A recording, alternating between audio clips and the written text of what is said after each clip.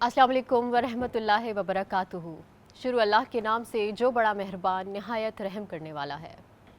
नूर व तजल्ली से भरपूर इस मुबारक शहर में आप सबको खुश आमदीद। मैं हूँ आपकी मेज़बान महविश और आप सब देख रहे हैं आज न्यूज़ और आज एंटरटेनमेंट की खुसूसी सहरी ट्रांसमिशन बारानी रहमत। कहते हैं कि अगर किसी माशरे से अदल ख़त्म हो जाए तो वहाँ पे लाकानूनियत का राज होता है, यानी कि जंगल का कानून। और जंगल के कानून में यही होता है कि जो सबसे ज़्यादा ताकतवर होता है, जिसकी लाठी होती है, उसी का कानून होता है। लेकिन हमारी इस्लामी तालीमात ये बताती हैं कि कानून सब के लिए बराबर है, लेकिन अलमिया ये है कि हमारे मुआशरे का जो हाल है वो आपके सबके सामने है।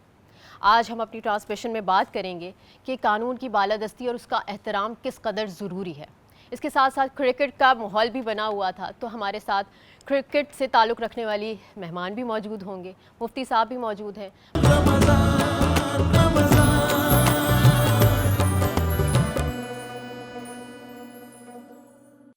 बारानी रहमत सहरी ट्रांसमिशन में एक दफ़ा फिर खुश आमदीद। मेहमान हमारे साथ मौजूद हैं और आज का जो हमारा टॉपिक है वो है कानून की बालादस्ती और उसका एहतराम। मुफ्ती साहब इस हवाले से हमारे साथ गुफ्तगू करेंगे। तो सबसे पहले वेलकम करते हैं अपनी ट्रांसमिशन में मुफ्ती साहब को। इंतहाई काबिल आलिम दीन है मुफ्ती मोहसिन ज़मा साहब। अस्सलाम वालेकुम। वालेकुम बहन, कैसे हैं आप? अल्हम्दुलिल्लाह, आप खैरियत से? ठीक है अल्हम्दुलिल्लाह। एक बहुत ही बड़े मसले के बारे में आज हम बात करने वाले हैं, जिसकी वजह से पूरे माशरे में बिगाड़ पैदा हो रहा है। जी जी जी तो तैयार हैं हम? जी अल्हम्दुलिल्लाह। चलें जी। अच्छा, क्रिकेट का जोश काफ़ी ज़्यादा बढ़ गया था आज, स्पेशली जो ये रात गुजरी है उसमें, क्योंकि T20 का फ़ाइनल था और ऐसी टीम जीत गई जिसकी जीत पे बड़ा अफसोस होता है। मतलब अपनी टीम अगर हमारी हार जाए तो उस पर इतना अफसोस नहीं होता, लेकिन जो टीम जीती है उसकी जीत पे बहुत ज़्यादा पाकिस्तानियों को अफसोस होता है।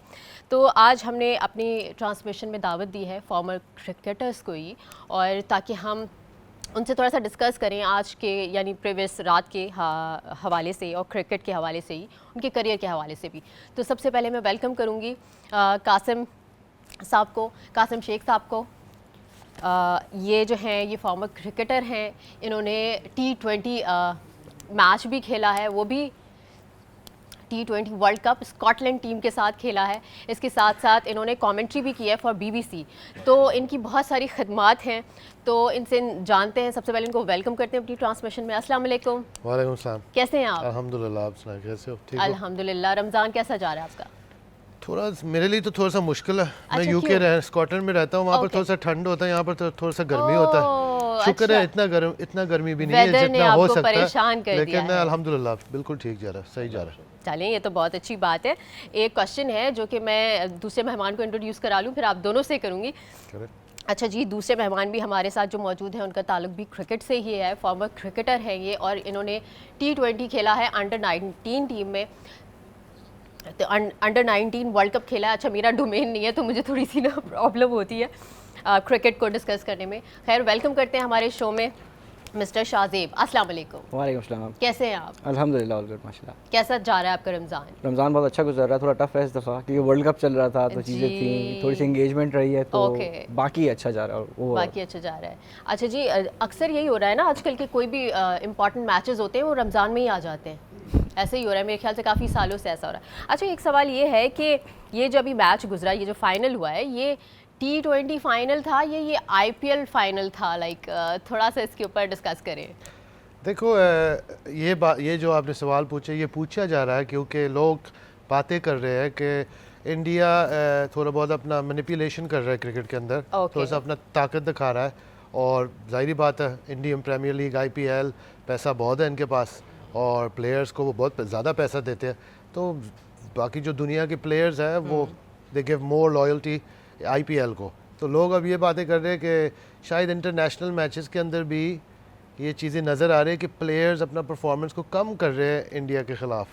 ये शायद थोड़ा सा मैनिपुलेशन चल रहा है, लेकिन ऐसी कोई पक्का तो नहीं हुआ, ये सिर्फ बातें चल रही है, लग रहा है हमें, चीज़ें नज़र आ रही है जैसे गलत डिसीजंस दिया गया।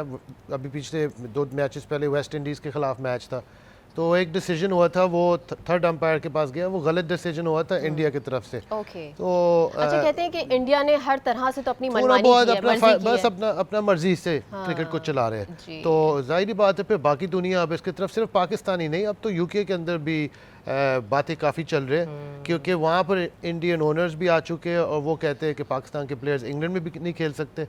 तो ये जो चीज़ें हैं ये होनी नहीं चाहिए क्रिकेट के अच्छा अंदर। शाह साहब, आप बताइए, आप क्या कहेंगे इस हवाले से? बिल्कुल ऐसा ही है। मैं सेकंड करूँगा कासिम भाई की बात को। जैसे कि सबको पता है इंडिया इस वक्त जो है वो बहुत पावरफुल कंट्री है, अगर क्रिकेट के हम उससे देखें पॉइंट ऑफ व्यू से, क्योंकि उनके पास पैसा बहुत है और IPL जैसा इवेंट वो लोग करवाते हैं ऑर्गेनाइज, जिसमें वर्ल्ड के सारे बेस्ट प्लेयर्स जो होते हैं वो पार्टिसिपेट करते हैं and they get good money there, Yes. जो कि मतलब किसी के लिए भी मेरे हिसाब से एक बहुत बड़ी चीज़ है। अच्छा पैसा आपको मिलता है, अच्छा कॉन्ट्रैक्ट मिलता आप है। ये देखिए ना कि ग्राउंड अपना, पिच अपनी, लोग अपने, सब कुछ अपना है। फिर टॉस भी जो था वो न्यूजीलैंड जीत गया, तो ये आज advantage रहा थोड़ा है। सा अगर आज के मैच के बारे में बात करें तो न्यूजीलैंड की तरफ से थोड़े से ब्लंडर्स नज़र आए हमें, डिसीजन मेकिंग में थोड़े से हमें फ्लॉज नज़र आए हैं, जो कि पूरे इवेंट में नज़र नहीं आया, लेकिन आज के इतने क्रूशल मैच में, फाइनल में इस तरह के मतलब डिसीजंस लेना जिससे टीम अफेक्ट करे, रिजल्ट्स अफेक्ट हों, तो वो चीज़ थोड़ी सी सबके लिए क्वेश्चनेबल थी। कि डाउट सबका हुआ कि मतलब अचानक से क्या हुआ, कि कितना प्रॉपरली लाइक प्रिपेयर टीम और इस तरह से एकदम से कोलैप्स कर जाती है, इस तरह से वन साइडेड मैच हार जाती है इंडिया से आके। तो ये चीज़ सबके लिए मतलब बहुत बड़ा डाउट क्रिएट कर गई आज के मैच में। ओके, वैसे भी पाकिस्तानी तो अपनी क्रिकेट टीम से काफ़ी ज़्यादा अब उदास हो चुके हैं और मायूस हो चुके हैं। इस हवाले से बात करूंगी, लेकिन सबसे पहले मुफ्ती साहब से पूछते हैं कि मुफ्ती साहब आप बताइए कि ये जो हमारे मुल्क में भी ये बड़ा मसला पेश आ रहा है कि लाकानूनियत है, कानून की पासदारी नहीं होती, कोई एहतराम नहीं है, जिसके पास पैसा है, जिसके पास इख्तियारात है, वो कानून की बालादस्ती को जो है वो बरूए कार नहीं ला रहा है। तो इस हवाले से इस्लामी तालीमात क्या कहती हैं? औज़ु बिल्लाहि मिनश शैतानिर रजीम, बिस्मिल्लाहिर रहमानिर रहीम। क़ाल अल्लाहु तआला फ़िल क़ुरआनिल मजीद, या अय्युहल्लज़ीना आमनू अतिउल्लाह व अतिउर रसूला व उली अम्रि मिनकुम आमनतु बिल्लाहि सदक़ल्लाहुल अज़ीम। तमाम तारीफ़ें अल्लाह रब्बुल इज़्ज़त के लिए जो कि खालिक़ कायनात है, और लाखों दुरूद व सलाम मेरे आका हज़रत मोहम्मद सल्लल्लाहु अलैहि वसल्लम की ज़ात पर जो अल्लाह के हबीब हैं और ख़ातिमुन नबीय्यीन। बहन, लाकानूनियत की आपने बात की, और जो आपका आज मौजू है कानून की बालादस्ती, इस्लाम की बुनियाद और इस्लाम की जब आप तारीख़ उठाकर देखें तो आपको पता लगता है कि जब इस्लाम आया और अल्लाह के रसूल सल्लल्लाहु अलैहि वसल्लम ने इस्लाम को फैलाया, तो आप देखेंगे कि जब नबुव्वत का ऐलान हो तो उससे पहले क्या होता था, कानून की जो धज्जियाँ जैसे उड़ाए कि ज़िंदा बच्चियों को दफन कर दिया जाता था। जैसे आपने कहा, जिसके पास माल हो, ताकत हो और मनसब हो, उसकी हुक्मरानी होती थी। गरीब को इंसान ही नहीं समझा जाता था, बल्कि गरीब क्या, बल्कि वो लोग जो आपके रिश्तेदार हों उनकी जायदादों को हड़प कर जाना, और सारी बात के अगर किसी के पास हुकूमत और हाकिमियत और अल्लाह ताला ने उसको माल और दौलत से नवाजा है, तो वो अपने आप को नाउज़ुबिल्लाह खुदा समझ बैठा है कि भाई जो मैं कहूँगा वो हो जाएगा। तो बहुत ज़रूरी है कि हमें कानून की अहमियत को समझना और कानून को जो अल्लाह उसके रसूल के दीन ने हमें समझाया है। बेशक इस हवाले से मज़ीद बात करेंगे, लेकिन अब वक्त हुआ एक छोटे से ब्रेक का। कहीं मत जाइएगा, देखते रहिए बाराने रहमत।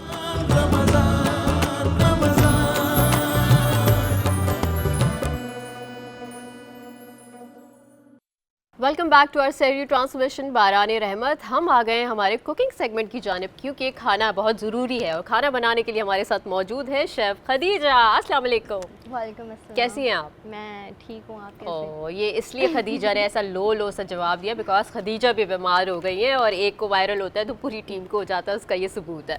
अच्छा चले, कोई बात नहीं। हाँ, हम काम को तो नहीं छोड़ सकते ना, क्योंकि ये प्रायोरिटी है। अच्छा मुझे बताएं कि आज हम बना क्या रहे हैं? आज हम हॉट हनी चिकन टेंडर बना रहे हैं। Hot Honey chicken tenders, oh my goodness, ये एक चीज़ है, ये बहुत सारी चीज़ें नहीं, हैं? एक ही चीज़ है। एक ही चीज़ है। एक ही है। ओके, ये कैसे बनेगा, स्टार्ट करें। सबसे पहले हम डालडा का कॉर्न ऑयल डाल देंगे। ऑलराइट, आज चल रहा है डालडा कॉर्न ऑयल, और डालडा लाया है अब न्यू कॉर्न ऑयल, जिसमें है हाँ, जो कि एक्चुअली 100% प्योर है, और 100% प्योर डालडा कॉर्न ऑयल जो आपकी मील्स को बनाए लाइट और हार्ट फ्रेंडली। जहाँ मामता वहाँ डालडा। अच्छा, आपने इतना सारा ऑयल डाला है, मुझे लग रहा है कि आज शैलो फ्राई डीप फ्राई करने वाली है हाँ, ना? ये डीप फ्राई होगा। ओके। बहुत सिंपल बनता है ये। आप चिकन ले लें, बोनलेस ओके। चिकन ले लें, उसको जैसे लंबा लंबा जूलियन कट होता है ना, हाँ। वो काट लें। स्ट्रिप्स और काट लें उसकी। स्ट्रिप्स, हाँ। ओके। और फिर उसमें आप सीजनिंग कर लें, ओके। गार्लिक पाउडर ले लें, ठीक है, ऑनियन पाउडर ले लें और ओके। पेपरिका पाउडर ले लें, सॉल्ट ले लें और इसमें मिल्क ऐड कर दें। ओके। इसको 40 मिनट्स तक रखें। अच्छा, मैरिनेट हाँ, करना है इसको। करें। और उसके बाद फिर आप कॉर्न ले लें ओके। और उसके बाद फ्लावर ले लें, उसको फिर आप मिक्स करके उसमें आप जो है सेम वही सीजनिंग करें जो आपने चिकन पे की है, ठीक है। और फिर ओके। उसको कोट करके चिकन को साइड पे रख दें। फिर हम ठीक इसकी है। सॉस बनाएंगे। सॉस में हम डाला का कुकिंग ऑयल ले लेंगे और उसमें गार्लिक डालेंगे, ठीक है। ओके। और हॉट सॉस होती है वो ओके। डालेंगे और हनी डालेंगे इसमें। ओके, यानी ये पहले फ्राइंग होगी, उसके ऊपर उसका सॉस जाएगा। सॉस जाएगा और फिर उसको टॉस करके मिक्स करके आपका रेडी। यानी कि आज की सहरी में मुफ्ती साहब उदास होने वाले हैं क्योंकि ना रोटी है ना ही पराठा है, सिर्फ आपको चिकन खानी पड़ेगी। So sorry about that. अच्छा जी, आप अपनी रेसिपी स्टार्ट कीजिए, मैं अपनी ट्रांसमिशन को आगे बढ़ाती हूँ।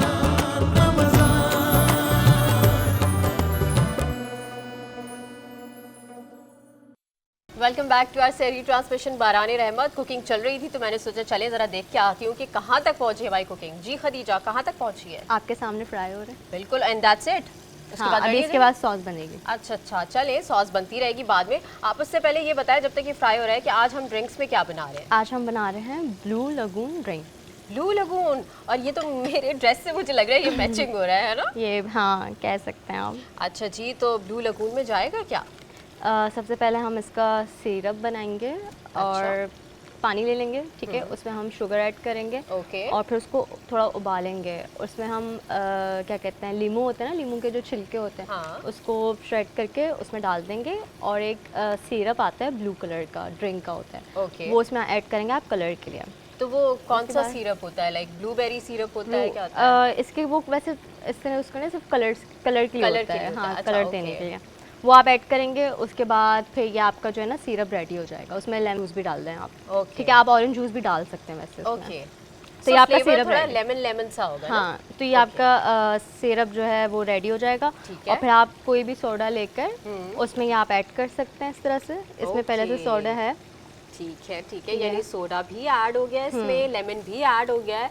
और ये और दोनों इसको ये थोड़ा खट्टा होता है तो आपको पता है मैं मीठे की जगह यहाँ इसमें क्या मिलाती हूँ, शरबत बिल्कुल बिल्कुल, गुलबहार। मरहबा शरबत गुलबहार। जहाँ प्यार वहाँ मरहबा गुलबहार। फलों फूलों और खालिस जड़ी बूटियों के अर्कियात से तैयार करदा। हमारे शरबत में मिठास अगर कम होती है तो हम लेते हैं मरहबा शरबत गुलबहार। और माशाल्लाह क्या ज़बरदस्त इसका कॉम्बिनेशन बन रहा है ड्रिंक का। Lovely lovely. अच्छा जी, सबसे अच्छी बात ये है इस दफ़ा की हमारी ट्रांसमिशन की, हमारी शेफ़ जो है वो रेस्टोरेंट शेफ़ हैं, तो हमें रेस्टोरेंट की जो रेसिपीज़ है ना, जो हम जाके मेन्यू में थोड़ा सा इंस्पायर हो जाते हैं और बड़े खुश होते हैं कि हम रेस्टोरेंट में खाना खाने आए और बहुत डिफरेंट किस्म की रेसिपीज़ होती है। तो आज हमारी ट्रांसमिशन में इसी तरह की रेसिपी कुछ तैयार हो रही है ना जी। अच्छा, ये एज ए स्टार्टर खाते हैं या मेन कोर्स खाते हाँ, हैं? As a starter. ओके, यानी आज हमें आप स्टार्टर पे ही हीटर खा रहे मैंने हैं। कहा आप लोगों ने बहुत मेन खा लिया तो अब स्टार्टर खाएं। नहीं नहीं, अच्छी बात है। पता है सहरी में थोड़ा सा लाइट Light होना रखे ना तो चाहिए। ज़्यादा बेटर रहता है। अच्छा, मैं पूछना चाहूँगी अपने गेस्ट से, कासिम साहब आप मुझे ये बताइए कि आपको इंटरेस्ट है कुकिंग में? ज़्यादा। बहुत ज़्यादा? हाँ हाँ, अरे मैं ऐसे बहुत कैसे cooking- हो गया? अपने घर में मैं काफ़ी कुकिंग करता हूँ। अच्छा, क्या बना लेते हैं आप? सैंडविच का मास्टर हूँ मैं। Sandwich. Different styles of sandwiches बनाता हूँ मैं। लेकिन पास्ता बनाने का बहुत शौक है। Lovely. मैं actually I am Scottish Pakistani. देसी फूड का मुझे बहुत शौक है, लेकिन मैं मिर्च इतना ज़्यादा नहीं खा सकता। ओके। तो मुझे सिर्फ वो प्रॉब्लम है कि मैं थोड़ा सा मिर्च लाइट करता हूँ, लेकिन अदरवाइज हाँ मुझे शौक है। और ये अच्छा, टेस्टी आपने लग रहा है बताया, मुझे। ये मैं I like the sound of this chicken.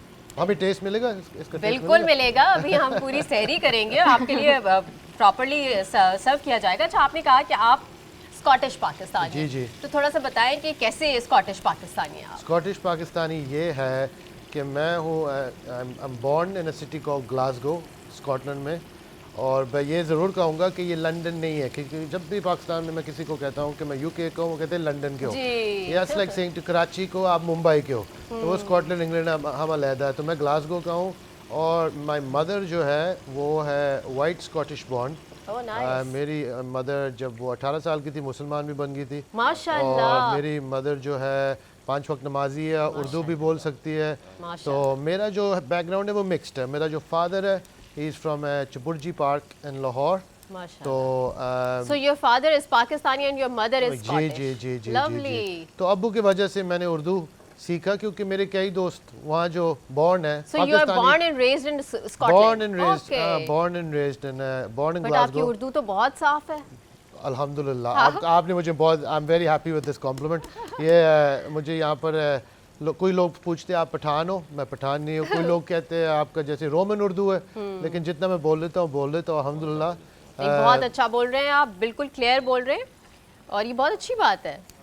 Thank you That's thank so you inspirational. Thank you, अच्छा, शाहजेब भी हमारे साथ मौजूद हैं। आप मुझे बताएं, आपको कुकिंग में इंटरेस्ट है? क्योंकि क्रिकेटर्स अक्सर इंटरनेशनली जब ट्रैवल कर रहे होते हैं तो मेरे ख्याल से उनके ऊपर ऐसा टाइम आता है कि उन्हें खुद कुकिंग करनी पड़ जाती है। तो आपने कभी ऐसा किया है?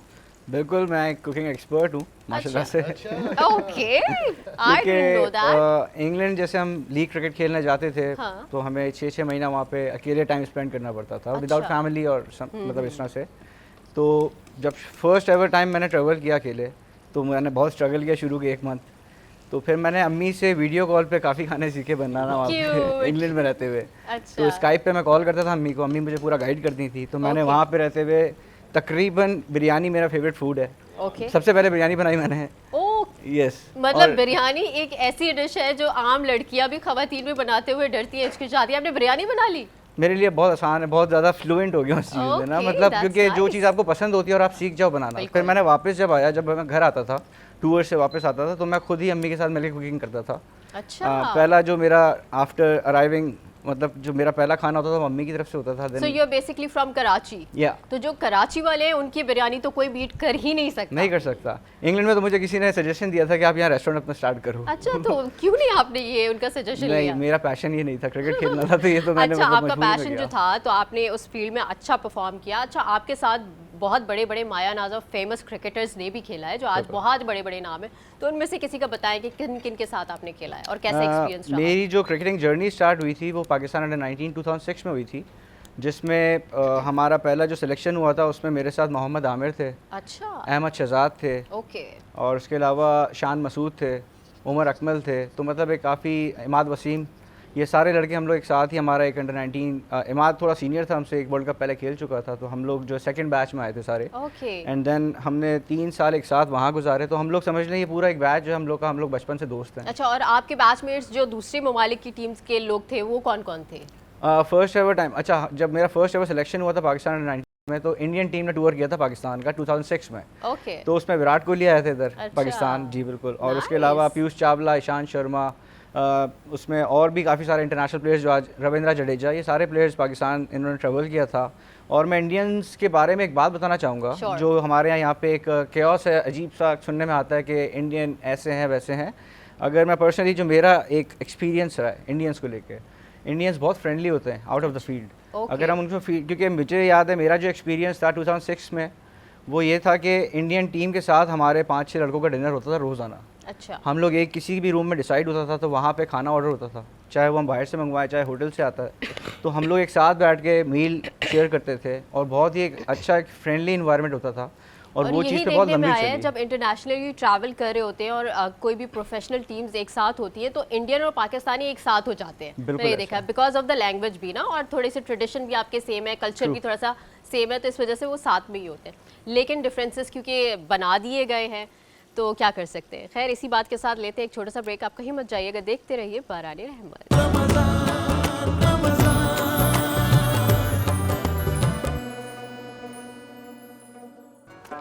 बारान रहमत शहरी ट्रांसमिशन में एक दफ़ा फिर खुश आमदीद। आज का हमारा टॉपिक है कानून की बालादस्ती और एहतराम। तो मुफ्ती साहब हमारे साथ मौजूद हैं। इनसे मैं ये सवाल करना चाहूँगी सबसे पहले कि मुफ्ती साहब, हम बात बात पर गवर्नमेंट को और हुक्मरानों को ब्लेम करते हैं कि मुल्क में जो कानून पे अमल दरामद नहीं हो रहा तो उसके ज़िम्मेदार वो लोग हैं। तो आप क्या समझते हैं, क्या सिर्फ वही ज़िम्मेदार हैं या लोग ख़ुद भी इस चीज़ के ज़िम्मेदार हैं? बिस्मिल्लाहिर्रहमानिर्रहीम। देखिए, मैंने जब आपके सामने जब आप सवाल किया था उसमें मैंने एक आयत पढ़ी थी जिसमें अल्लाह फरमा रहा है, ये ईमान वालो, अतात करो अल्लाह की, उसके रसूल की, और उनकी अतात करो जो तुम में बड़े बनाए गए।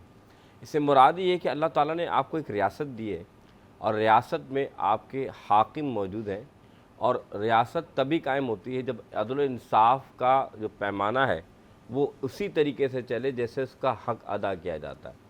तो इसमें सिर्फ ये मैं नहीं कह सकता कि आप ब्लेम करें कि हुकूमत या जो हमारे लोग हैं जिनको अल्लाह ताला ने मनसब दिया है जो कानून के ऊपर अमल कराने का, तो वही सिर्फ अमल करें, बल्कि हम सब का फ़र्ज़ है कि जो अल्लाह और उसके रसूल की तालीमात है कि जो अल्लाह ताला ने हमें जो हाकिम जिस दायरे कार में बनाया है हम वहाँ से स्टार्ट लें और अपने हुकूमत या इदारों की उस बातों उसको भी जो है बरसाकार लाते हुए उनकी बात को ही माने। सबसे पहली बात जो कुरान फरमाता है लिमा तक़ूलून मा ला तफ़अलून, तुम वो काम क्यों कहते हो जिस पर अमल खुद नहीं करते। आज वजह यह है कि अगर हम बात करते हैं कि कानून की बालादस्ती पे, तो होता ये कि दो बातें आती हैं। अमीर का कानून अलग है, गरीब का कानून अलग है। अमीर के लिए दूसरे कानून तरीके से बात की जाती है और अमीर के लिए दूसरे। जब ये मुआशरा कायम होता है जिसकी लाठी उसकी भैंस, तो फिर तो जाहिर सी बात है फिर आप देखेंगे वहाँ पर इंतशार भी नज़र आएगा, फसाद भी नज़र आएगा और खराबियाँ आएंगी। तो सबसे पहली बात कि जो आज जो अहम पहलू है कि ऊपर से लेके नीचे तक, चाहे आप एक ठेला वाला ही क्यों ना हो, अगर आप देख रहे हैं कि वो नाप तोल में कमी कर रहा है, और अल्लाह ने कुरान में और दीन में भी फरमाया कि उसके लिए कितनी वईदें कितनी सज़ाएँ, इसी तरीके से हमारे कानून में भी देखा जाए कि हम सिर्फ ऊपर वालों को ना देखें कि भाई वो करप्शन कर रहे हैं, वो कर रहे होंगे और बहुत से अच्छे भी हैं, लेकिन हम नीचे से क्यों नहीं स्टार्ट करते कि भाई तुम जब जानते हो तुम ऐसे काम क्यों कर रहे हो, तुम ऐसी गलतियाँ कर रहे हो। फिर सबसे पहली बात कि अगर कानून की बात की जाए तो कानून में सबसे पहले हमें खुद अमल पैरा होना चाहिए। मिसाल के तौर पे अगर आप सिग्नल तोड़ने वाले खुद बन जाएं, आप जल्दबाज खुद बन जाएं, तो फिर आप अपनी गलतियों को तो छुपा रहे हैं। छोटे छोटे लेवल पे ही कानून तोड़ रहे हैं आप, तो बड़े लेवल की तो बात सारी बात यही कि जब आप खुद अमल पैरा शुरू हो जाएंगे तो फिर जाहिर सी बात है आपको देखकर दूसरे लोग बदलते हैं। आपने देखा होगा, एक मिसाल देता हूँ, आपकी जो कौम है या हमारी जो कौम है, हमारी कौम देखकर अमल करना शुरू करती है। बिल्कुल, अगर एक कर रहा है तो फिर दूसरा भी बिल्कुल, करता अगर आपने अगर पानी खड़े होकर पिया है तो 10 और आएंगे वो खड़े होकर पियेंगे। लेकिन अगर आप यही कानून अपना ले कि अल्लाह उसके रसूल की तालीम के बैठ के पानी पीना, तो लोग तहजीब को भी समझेंगे और उस पर अमल भी किया और मेरे ख्याल से ये इंसानी फितरत है और इस पे सोशल एक्सपेरिमेंट भी हो चुका है कि बहुत सारे ऐसे काम हैं जो कि हम नॉर्मली नहीं करते, लेकिन अगर दो लोग वो काम कर रहे होते हैं तो बाकी जो क्राउड है वो उसको फॉलो कर रहा होता है। 100%। देखिए मैंने आपके सामने इस्लाम क्या है, दीन फितरत है। दीन फितरत से क्या मुराद है कि जो साइकोलॉजी या इंसान की जो नफ्सियात है, इस्लाम वैसा ही उसको तरीका समझाता है, मेथड समझाता है कि आप ऐसे अमल करे जाएं। तो बात जरूरी यही है कि कानून की बालादस्ती तभी होगी, ऊपर वालों को तो करना है क्योंकि अल्लाह ने हाकिम बनाया। इसकी हदीस सुनी, हुजूर फरमाते हैं अगर कोई हाकिम इंसाफ करता है, अदल और इंसाफ के साथ कानून की बालादस्ती करता है, रसूलुल्लाह फरमाते हैं क़यामत के दिन वो अल्लाह का सबसे ज़्यादा महबूब होगा। नंबर एक बात। नंबर दूसरी बात वो फरमाते हैं जहाँ क़यामत के दिन नफ्सा नफ्सी का आलम होगा, जहाँ लोग परेशान हाल होंगे, अल्लाह उन अदल करने वालों को, कानून को बराएकार लाने वालों को एक ऐसा मिंबर देगा जो नूर का होगा, वहाँ वो सुकून से बैठेंगे। तो उनके लिए पेशन गोई है। और अल्लाह कुरान में फरमाता है अल्लाह ताला अदल या कानून की बालादस्ती करने वालों को पसंद फरमाता है, महबूब बना लेता है। तो बहुत सारे फ़ज़ाइल हैं। और यह एक आखिरी बात मैं कर दूँ आपसे कि अर्श का साया जहाँ बड़े बड़े अल्लाह वालों को, अंबिया को मिलेगा, वहाँ हाकिम आदिल को भी अर्श का साया मिलेगा जो निज़ाम रियासत में अदल कायम करेगा, कानून की बालादस्ती करेगा।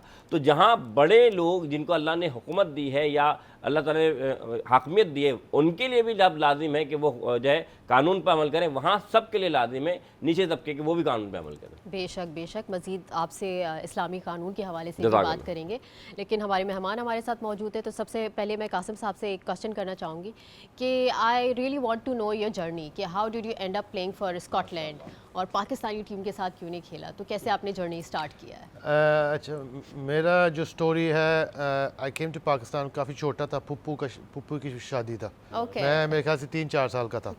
मेरा ताया जो था वो क्रिकेट खेलता था। अच्छा क्रिकेट खेलता था, मैं कॉलेज के लिए खेलता था और उसके साथ साथ फिर मेरा हाथ में बल्ला आ गया। तो उसके बाद फिर बहुत बड़ी मुश्किल, एक्चुअली मेरी अम्मी ने अपना कोच को जो पहले दफ़ा इंट्रोडक्शन किया, अम्मी ने कहा था कि ये मेरा बेटा है, ये बल्ला के साथ सोता है। आज दिन तक वो आर्टिकल्स के अंदर लिखा जाता है वो कोट। मैं कहता हूँ अम्मी बहुत शुक्रिया आपका, आपने ये सबको बता दिया।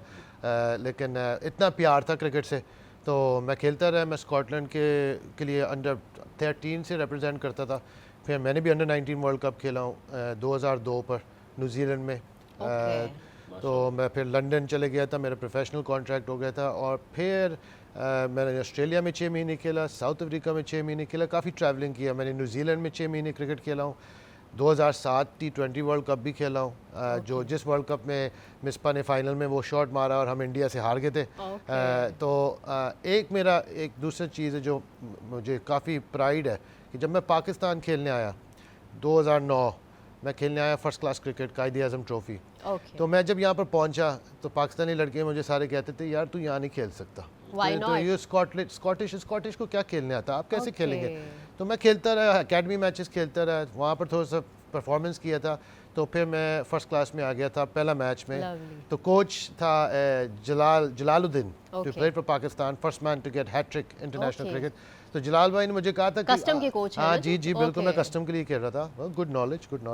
तो मैंने कहा था जलाल भाई ने मुझे नाइट बिफोर द मैच कहा था कि कासिम शेख मेरे नहीं ख्याल है कि आप इधर कामयाब हो सकते हैं, आपका टेक्निक में थोड़ा सा लाइट है। मैंने कहा जलाल भाई मुझे चांस दो। मेरे ख्याल से वो मुझे मोटिवेट करने जाता था, चैलेंज।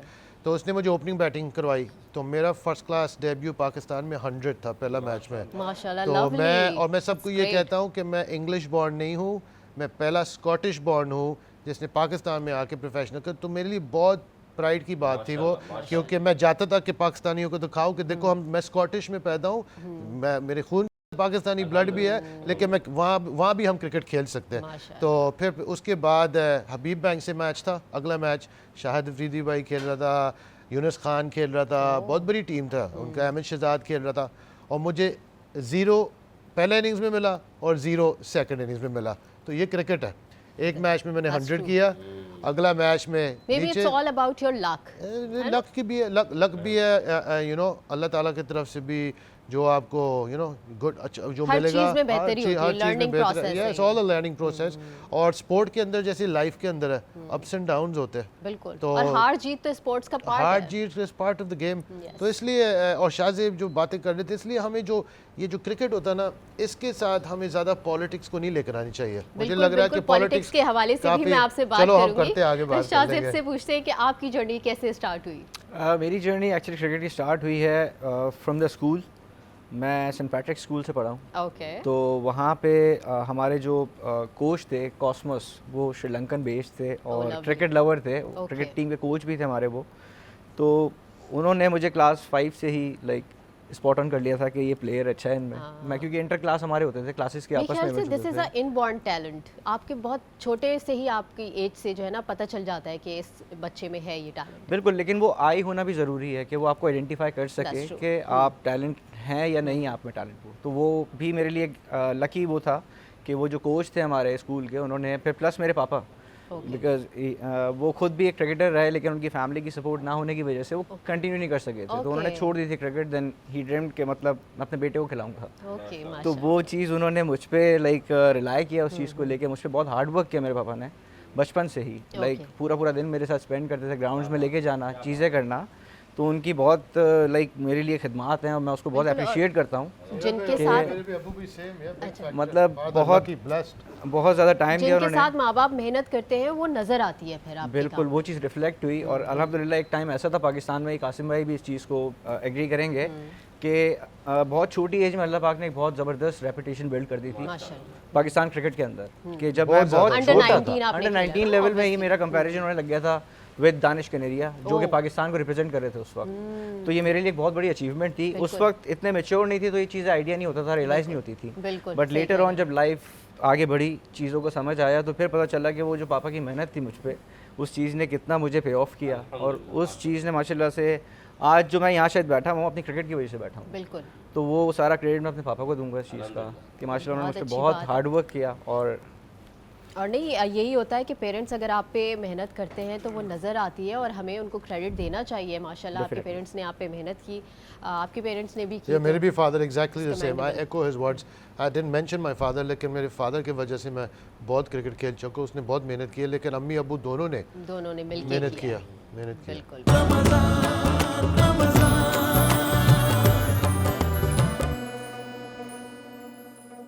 वहीद निज़ामी कवाल हमारे साथ थे और इन्होंने बहुत ही अच्छा परफॉर्म किया है। दस्तरखान हमारा सज चुका है और दस्तरखान पे आज खदीजा ने क्या बनाया था? Hot Honey chicken tender. Hot honey and chicken tenders और मैंने कहा है बहुत मज़े के हैं। मेहमानों से पूछते हैं कि उन्हें कैसे लगे। कासिम आप बताएं आपको कैसे लगे?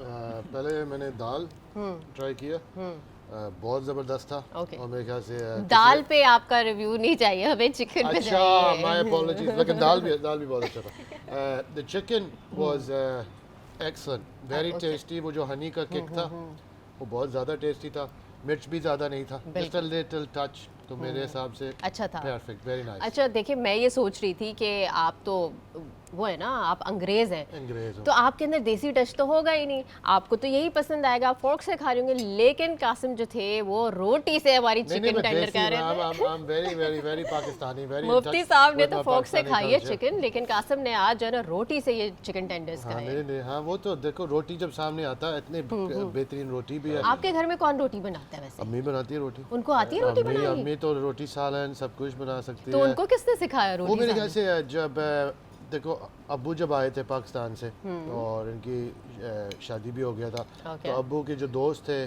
2-3 दोस्त थे, उनकी जो वाइफ्स थे पाकिस्तानी वाइफ्स, जोड़ करके अच्छा। अम्मी ने वहाँ से सीखा। लेकिन और फिर आप लोग ट्रैवल भी करते होगे बैक टू ट्रैवल, फिर पाकिस्तान? अम्मी ने आके अब मेरे सारे फुप्पू वगैरह के साथ टाइम स्पेंड किया सीखा। पाकिस्तान में, तो फिर बहुत कुछ सीख लिया था उसने।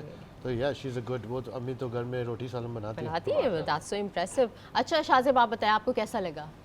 अच्छा खाना है। अच्छा काफ़ी खाना अच्छी- yes। मुफ्ती साहब आपको कैसा लगा? बच्चों का है लेकिन बड़े भी खा सकते हैं, नहीं बहुत नहीं प्यारा मुफ्ती साहब, ये बड़ों का ही खाना है, वो बस बच्चों का टाइटल है। नहीं हटा लेकिन बहुत अच्छा बना, तभी मैंने बेशक बेशक। इसमें कोई शक नहीं। शाहज़ेब मुझे ये बताइए कि अगर हम क्रिकेट में पॉलिटिक्स की बात करें, स्पेशली कराची के लड़कों की बात करें, तो उसका शिकार होते हुए कराची के लड़के नज़र आते हैं, तो इस हवाले से आप कुछ कहना चाहेंगे? बिल्कुल ऐसा ही है कि कराची के लड़कों को ज़्यादा स्ट्रगल करना पड़ती है। अच्छा, अच्छा, उसके लिए अगर हम देखें, ऐसा उसके- क्यों है? ऐसा इसलिए क्योंकि हमारे अपने ही लोगों का, मेरे हिसाब से जो कराची के अपने लोग हैं जो ऊपर पोजीशंस पे हैं, उनका बहुत बड़ा एक रोल है इसके अंदर कि अगर हम उनकी पावर देखें तो वही हैं जो कराची के लड़कों को जस्टिस दिलवा सकते हैं, अच्छा, वही है जो आगे इंडक्शन करवा सकते हैं। Okay. क्योंकि अगर हम देखें तो पंजाब के लोग अपने लोगों को सपोर्ट करते हैं, विच इज़ नॉट बैड। हर बंदा अपनी कम्युनिटी को सपोर्ट करता है। ठीक है। तो हमें अपने यहाँ से जो हमारे ऑफिशियल्स हैं कराची के, जो हमारे ऊपर के लोग हैं, उनकी सपोर्ट की ज़रूरत है हमें।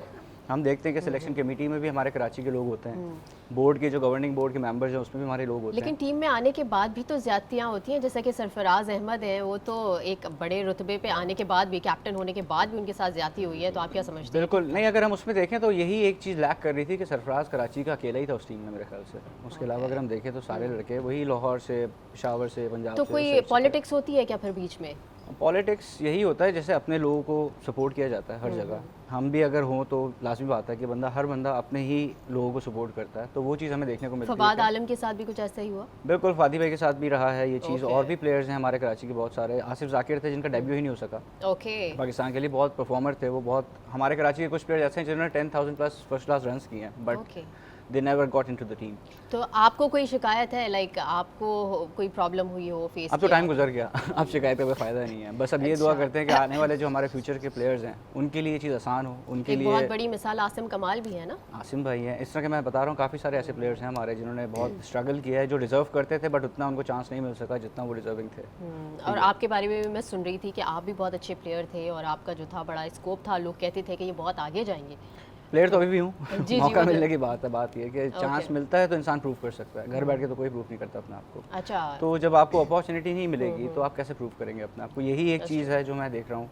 अब मैंने लास्ट जो आखिरी एफर्ट किया वो 2019 में किया था, और उसके बाद मुझे पूरा सीज़न एक फर्स्ट क्लास मैच भी नहीं मिला, तो जिसके बाद फिर लाजमी बात है कि आपको चीज़ें देखनी होती हैं। डिसअपॉइंटमेंट हो जाती है। डिसअपॉइंटमेंट भी थी, फिर थोड़ा सा मेंटल हेल्थ इफेक्ट हुई इस चीज़ को लेके, बिकॉज जब आप एक टाइम पे होते हो, जब आप लीड कर रहे होते हो, आप टॉप पे होते हो, फिर एकदम से फिर आप पे डाउनफॉल आ जाए। और मैं जो है लाइक ये फर्स्ट एवर सो टाइम मैं, डिसहार्टनिंग, लाइक इस Exactly. तरह इस चीज़ को डील करना बहुत आसान नहीं है। क्योंकि जो मैंने लास्ट अपना एक बड़ा मैच खेला था वो पाकिस्तान के लिए साइड मैच खेला था in UAE, and I got 5 wickets against West Indies, और उसके बाद भी मेरा डेब्यू नहीं हो सका, पीएसएल नहीं मिल सकी मुझे, तो मेरे लिए काफ़ी डिसअपॉइंटमेंट रही है इन चीज़ों को लेकर। लाजमी बात है, इंसान हूँ, एक टाइम आता है कि मेंटली बंदा ब्रेक हो ही जाता है। बिल्कुल। तो आप लोगों को कोई प्लेटफॉर्म ऐसा मिलता है जहाँ पे आप लोग बता सके, शेयर कर सके अपने ओपिनियंस, अपने थॉट्स? मेरा है podcast, I have my own podcast, Okay.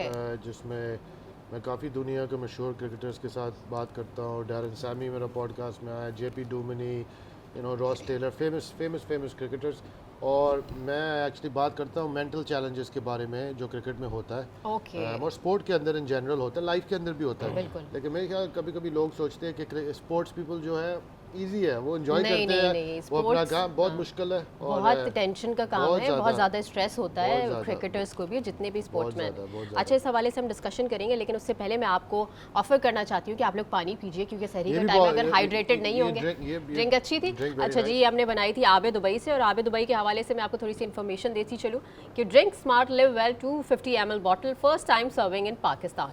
Abe Dubai आला मयार के मुताबिक तैयार करदा मिनरल वाटर है और आलमी मयार की हाइजेनिक पैकिंग के साथ है।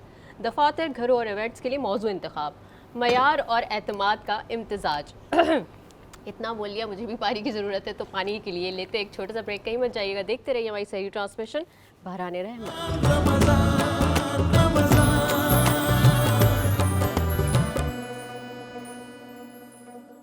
कानून अगर ज़िंदा हो तो इंसाफ भी ज़िंदा है, हर कमज़ोर के लब पर फिर एतमाद भी ज़िंदा है।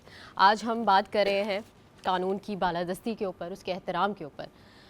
मुफ्ती साहब हमारे साथ मौजूद है, हमारे मेहमान भी हैं, मज़ीद गुफ्तगू करेंगे, लेकिन उससे पहले जो हमारे ब्रांड पार्टनर हैं नेल्सन पेंट्स, उनके हवाले से मैं आपको थोड़ी सी इन्फॉर्मेशन देती चलूँ कि नेल्सन पेंट की एक खुसूसियत ये है कि ये पेंट आपको 25% एक्स्ट्रा कवरेज देता है, जिससे कम पेंट की मकदार में आप ज़्यादा एरिया पेंट कर सकते हैं। रंग ज़िंदगी का नेल्सन पेंट्स।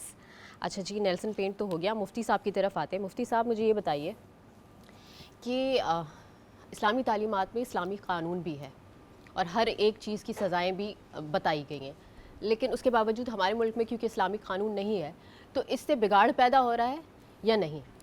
अच्छा, ये बहुत ही इम्पोर्टेंट सवाल आपने कर दिया जी। बहन। और देखिए, बात ये कि इस्लामी माशरे की बुनियाद जो है ना, वो इतनी प्यारी है कि, और अल्हम्दुलिल्लाह हमारा मुल्क जो है इस्लामी जमहूरिया पाकिस्तान है, लेकिन ज़ाहिर सी बात है हमारे यहाँ भी शरई अदालतें मौजूद हैं, लेकिन ज़ाहिर सी बात है ये रियासत जो है इसमें दीगर मज़ाहिब के लोग भी रहते हैं और कानून देखा जाता है, लेकिन जो इम्प्लीमेंट कह लें या कानून पे जैसे अमल दरामद कराना चाहिए शरई तौर पे, वैसा हमें बिल्कुल नज़र भी नहीं आता और ना ही होता है। अब मिसाल के तौर पे आप लेकिन अगर आप कानून जो अल्लाह और उसके रसूल ने बनाया है उस पर अमल करना शुरू कर दें, तो बहुत सारी चीज़ों से आज हम रुक जाएंगे। मिसाल के तौर पे आपने देखा होगा और ये सुना भी होगा और है भी कि अगर कोई शख्स चोरी करता है तो इस्लामी कानून ये कि उसे हाथ काट दिए जाए।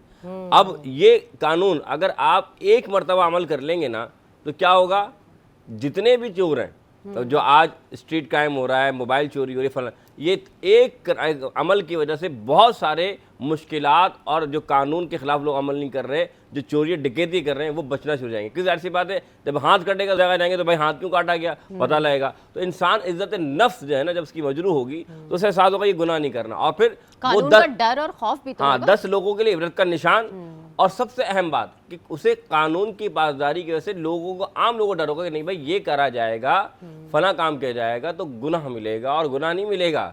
अब तो एक तो गुनाह मिलना, सज़ा मिलेगी, यानी अब उस दौर में, उस रियासत में उसको सज़ा मिल रही है। तो हकीकत बात ये है कि अगर आप इस्लामी कानून नाफिज करते हैं, अल्लाह ताला के दीन में बरकत है। उससे सबसे बड़ा फ़ायदा ये होता है कि आप हज़रत उमर फारूक ताला का दौर देख लें। वो दौर ऐसा दौर था, आपकी जो हुकूमत थी 22 लाख मुरब्बा मील पे थी, 22 लाख मुरब्बा मील। और आप फरमाते ख़ुद हैं कि ये जो सिर्फ उमर जो था, सिर्फ ख़त्ताब जो आपके वालिद का नाम था, का बेटा था, और इस्लामी कानून यानी इस्लाम पर अमल नहीं किया था, लेकिन जब वो इसने इस्लाम कबूल किया तो अल्लाह ताला ने अपने नबी के सदक़े जब खिलाफत का मनसब दिया तो 22 लाख मुरब्बा मील पर उमर की हुकूमत थी। हुकूमत भी सीधी थी और उम्मत भी सीधी थी। तो मालूम चला अगर खलीफा वक्त चाहे तो फिर हुकूमत भी सीधी हो सकती है और कानून की बालादस्ती भी होती है, अगर शरई कानून नाफिज किया जाए। बिल्कुल, और उसकी जीती जागती मिसाल तो ये है ना कि पहले ट्रैफिक कवानीन की पासदारी नहीं हो रही थी, लेकिन जैसे ही थोड़ी सी स्ट्रिक्टनेस दिखाई, कैमराज लग गए, तो सब कानून को फॉलो करने लगे। ऐसी बात नहीं है कि नहीं हो सकता, हो सकता है अगर हुक्मरान चाहें, कोई ऐसी पॉलिसीज बनाए। एक जुमला दे जी, दूं, sure। यही हमारा बंदा बाहर दुबई में जाके जरा पान थूक के दिखा दे, तो यहाँ माशाल्लाह दीवारों पे तो खूबसूरत रंगीनियां नजर आती हैं, पता लग जाना है। तो कानून को अमल करना सबको आता है, लेकिन करवाने वाले हों। बिल्कुल, बेशक। अच्छा कासिम, आप मुझे बताइए कि आपने 2024 में ICC T20 वर्ल्ड कप के लिए कमेंट्री भी की थी ना BBC के लिए, तो उसका एक्सपीरियंस कैसा लगा आपको? वो बहुत ज़बरदस्त एक्सपीरियंस था। मैंने कवर किया था स्कॉटलैंड इंग्लैंड का मैच, स्कॉटलैंड और ऑस्ट्रेलिया का भी मैच कवर किया था। तो मेरा जो प्यार था क्रिकेट से, मेरा बहुत ज़्यादा प्यार है क्रिकेट से, तो मेरे लिए तो बस एन्जॉयमेंट था कि मैं कमेंट्री जब करता हूँ, मैं क्रिकेट के मैच देखता हूँ। मैं बहुत स्टूडेंट भी था क्रिकेट का, मेरे अब्बू ने मुझे बहुत जवेद मियांदाद, ज़हीर अब्बास, बड़े बड़े लेजेंड्स की क्रिकेट दिखाया। तो मैं बहुत बड़ा स्टूडेंट हूँ ऑफ द गेम, और जब एक अपॉर्चुनिटी मिला कि मैं वर्ल्ड कप को कवर कर रहा हूँ, एक बार मैं खेल चुका वर्ल्ड कप में, तो कमेंट्री में मुझे कॉफ़ी भी मिलता है, बैठने भी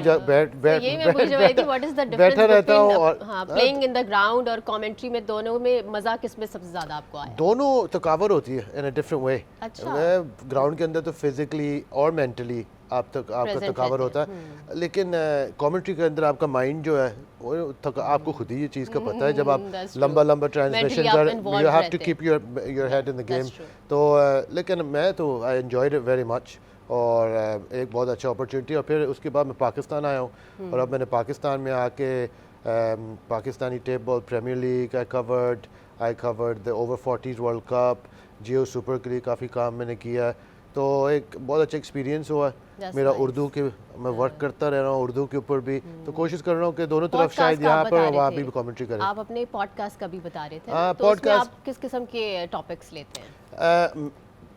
आई स्पीक अबाउट पीपल्स जर्नीज़, उनकी जर्नीज़ के बारे में। जैसे आपने हमें सवाल पूछा है कि आप कैसे स्टार्ट किया, तो फिर चैलेंजेस के भी बारे में बात करते हैं, क्योंकि लाइफ के अंदर अप्स एंड डाउन्स आते हैं। तो जब कोई प्रोफेशनल स्पोर्ट्स पीपल इसके बारे में बात करते हैं, तो वो जो बच्चों के लिए है वो एक रोल मॉडल हो जाता है, वो भी उनसे सीख सकते हैं कि हमने कैसे हैंडल करना है जब एक प्रेशर आता है। क्योंकि स्पोर्ट के अंदर जब आपका सक्सेस नहीं जा रहा, वो बहुत मेंटली आपको स्ट्रेस देता है। तो उसको कैसे हैंडल करना है, डोंट टेक प्रेशर अपने आप ऊपर ज़्यादा ना डालें। अगर ज़्यादा डालेंगे तो आपका परफॉर्मेंस नहीं होगा। अपने माइंड को फ्रेश करें, और हमेशा ग्राउंड के अंदर हम यहाँ टीच करते हैं कि बस ग्राउंड के अंदर रहो, ग्राउंड के अंदर स्विच ऑफ भी होने चाहिए, जाके फैमिली के साथ भी टाइम स्पेंड करनी चाहिए। शाहजेब से भी पूछते हैं चैलेंजेस के हवाले से, क्योंकि शाहजेब खुद भी कोच करते हैं ना, तो एक कोच को क्या क्या चीज़ें ध्यान में रखनी चाहिए अगर कोई बच्चा उसके पास आ रहा है, तो क्या सलाहियतें देखिए? अगर मैं अपने एक्सपीरियंस को लेके बात करूं, जब मैं खुद एक प्लेयर था, तो मुझे उस वक्त अपने कोचेस बहुत रेयर, लाइक अगर मैंने 10 कोचेस के साथ काम किया है तो मुझे 1 से 2 कोचेस ऐसे मिले होंगे जिन्होंने मुझे जैसे कासिम भाई ने बात की कि स्ट्रेस मैनेजमेंट होती है, और जो प्रेशर हैंडलिंग होती है, ये चीज़ें आप एक 19 साल का बच्चा, 17 साल का बच्चा नहीं उसको पता होता ये सब चीज़ें क्या हैं। तो एक कोच का काम है कि एजुकेट करे। तो हमारे साथ जो 2-3 अच्छे कोचेस रहे, उन्होंने हमें थोड़ा बहुत एजुकेट किया, बट वो भी उस तरह नहीं कर सके, क्योंकि जो मैंने एक चीज़ देखी कोचिंग में जब से आया हूँ कि मेंटल हेल्थ इश्यूज़ हमारे यहाँ नॉर्मली बहुत है, बहुत ज़्यादा है। हर दूसरा जो प्लेयर आ रहा है, यंगस्टर जो आ रहा है, उसके साथ ये इश्यूज़ हैं, बिकॉज इनसिक्योरिटीज़ हैं, फाइनेंशियल हमारे डाउनफॉल्स हैं, चीज़ें हैं, जिसकी वजह से एक प्लेयर जो है वो बहुत ज़्यादा स्ट्रेस में होता है, बोल नहीं पाता। क्योंकि मैंने जो पाकिस्तानी मतलब हमारे यहाँ जो कल्चर है, जब मैंने अपने इस चीज़ को डिस्क्लोज़ किया जाके, तो मेरी क्रिकेट वहाँ ख़त्म हो गई मेरे हिसाब से। अच्छा, जब मैंने ऑफिशियल से डिस्कस किया, हर्डल कैसे पार्ट हो सकती है सबकी जर्नी? फाइनेंशियल हर्डल ऐसे कह लें कि देखें, जो पाकिस्तान टीम में they are earning well, but जो डोमेस्टिक खेल रहा है या उससे नीचे के लेवल पे खेल रहा है, वो तो उतना अर्न नहीं कर रहा। ओके। तो डेफिनेटली अब हमारे यहाँ क्रिकेट को जो है घर चलाने के लिए खेला जाता है मोस्टली, क्योंकि क्रिकेट ऐसी चीज़ है ना, अगर आप प्रैक्टिस नहीं करेंगे 24/7, आप उसमें इन्वॉल्व नहीं होंगे, तो फिर आप नहीं कर सकते उस लेवल पे जाके। नहीं, सही है, वो आपकी बात बिल्कुल ठीक है, लेकिन आपने ओवर बर्डन भी नहीं करना होता। यही मैंने कहा कि आपको मैनेज करना सिखाना है, आपको एजुकेट करना है आने वाले प्लेयर्स को कि किस तरह आपने अपने आप को मैनेज करना है, किस तरह आपने अपने टाइम को मैनेज करना है। ये चीज़ हमें पास्ट में नहीं नज़र आई, लेकिन अब जो मॉडर्न डे कोचेज़ आ रहे हैं या मॉड्यूल्स आए हैं कोचिंग के, उसमें ये चीज़ मैंशनड है कि हाउ टू आपने प्लेयर को कैसे समझाना है कि उसने प्रेशर को कैसे हैंडल करना है फील्ड में, और जो आपके ऑब्स्टिकल्स आते हैं उनको आपने कैसे हैंडल करना ठीक है। मज़ीद हम इस हवाले से बातचीत करेंगे और ये भी बताएंगे कि क्रिकेट अगर किसी बच्चे को इंटरेस्ट है तो वो किस तरीके से कोचिंग ले सकता है और अपना करियर इसको बना सकता है। लेकिन अब वक्त हो गया एक ब्रेक का। ब्रेक के बाद हम फिर हाजिर होंगे। देखते रहिए बराने।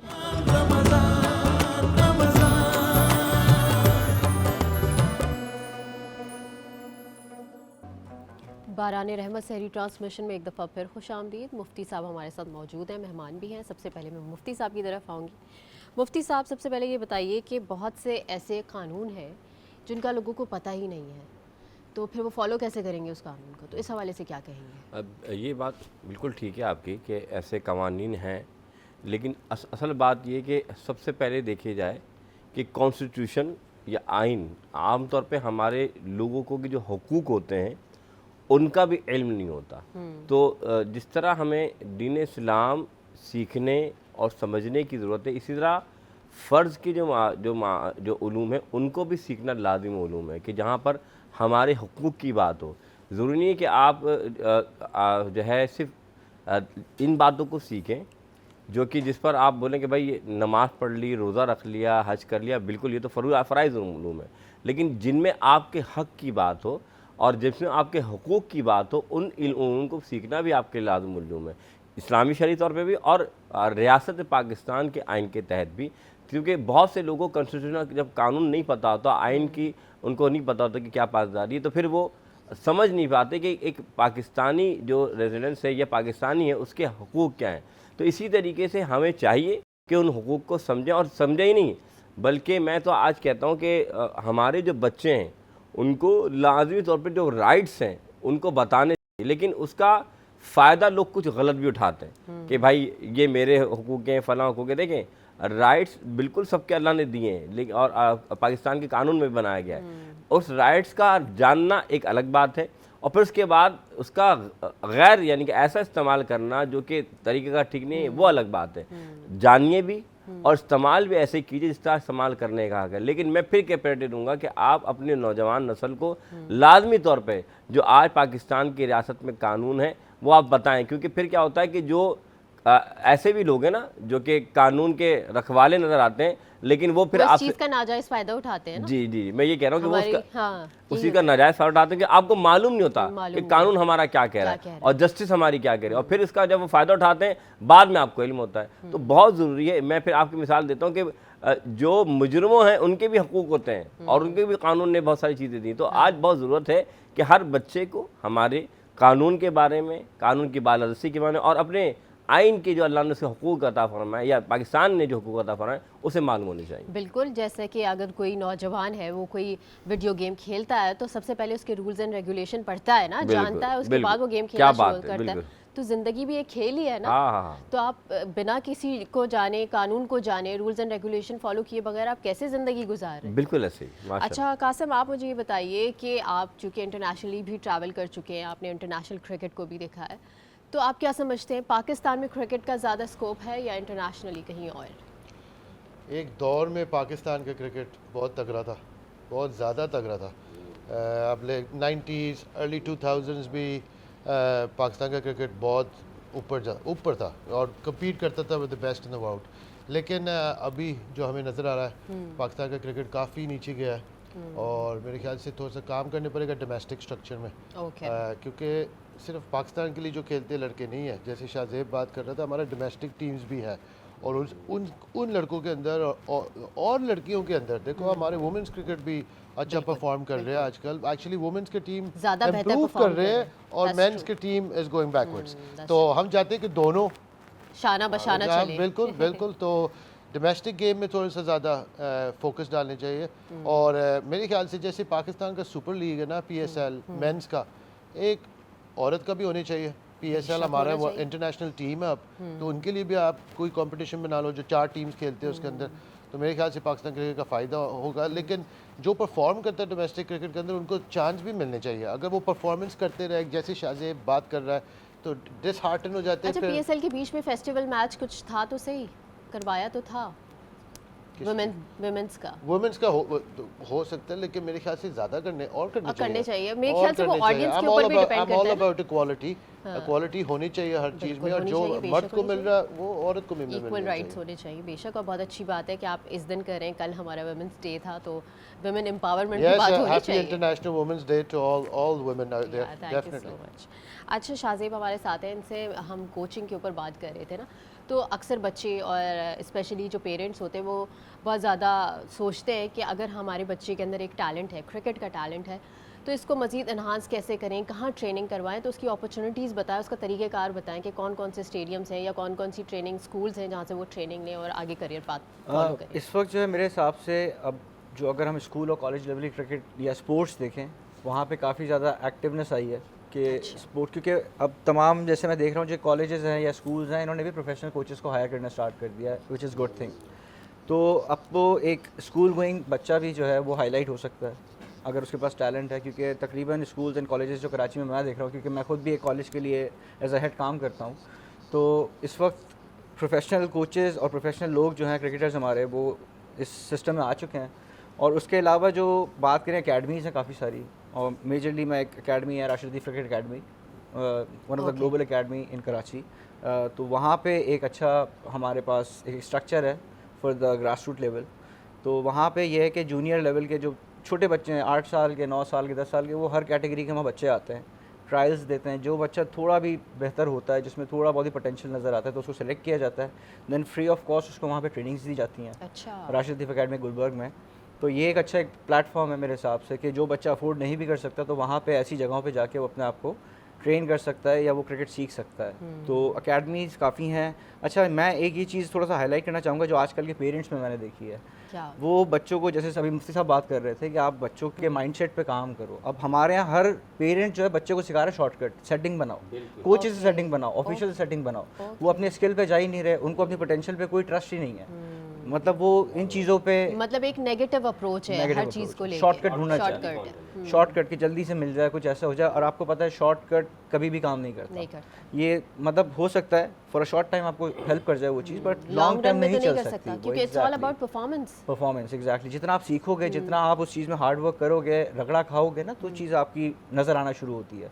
लेकिन हमारे यहाँ जो मैं पेरेंट्स की बात कर रहा हूँ, कि पेरेंट्स गलत तरीके से मेरे हिसाब से आजकल के बच्चों को गाइड कर रहे हैं, और इस तरह का मतलब हमारे यहाँ कल्चर बन गया है, जस्ट बिकॉज फर्स्ट क्लास में जो परफॉर्मेंस करते हैं या डोमेस्टिक लेवल पे जो परफॉर्म करता है प्लेयर, उसको उसकी परफॉर्मेंस की बेस पे चांस नहीं मिलता। तो लोगों के अंदर एक डेवलप होना स्टार्ट हो चुका है कि अब सेटिंग बनाओगे तो आप खेलोगे, ऐसा नहीं है। अगर प्लेयर अपने ऊपर काम करता है मेरे हिसाब से, तो वो खेल सकता है, अपॉर्चुनिटीज़ आती हैं लाइफ में। बिल्कुल, अपने आप पे मेहनत करें और अपने आप पे फोकस करें, अपने स्किल्स पे फोकस करें, अपने टैलेंट पे फोकस करें, तो आप सबको बीट कर सकते हैं। फिर इन सब शॉर्टकट्स की ज़रूरत पड़ती नहीं है।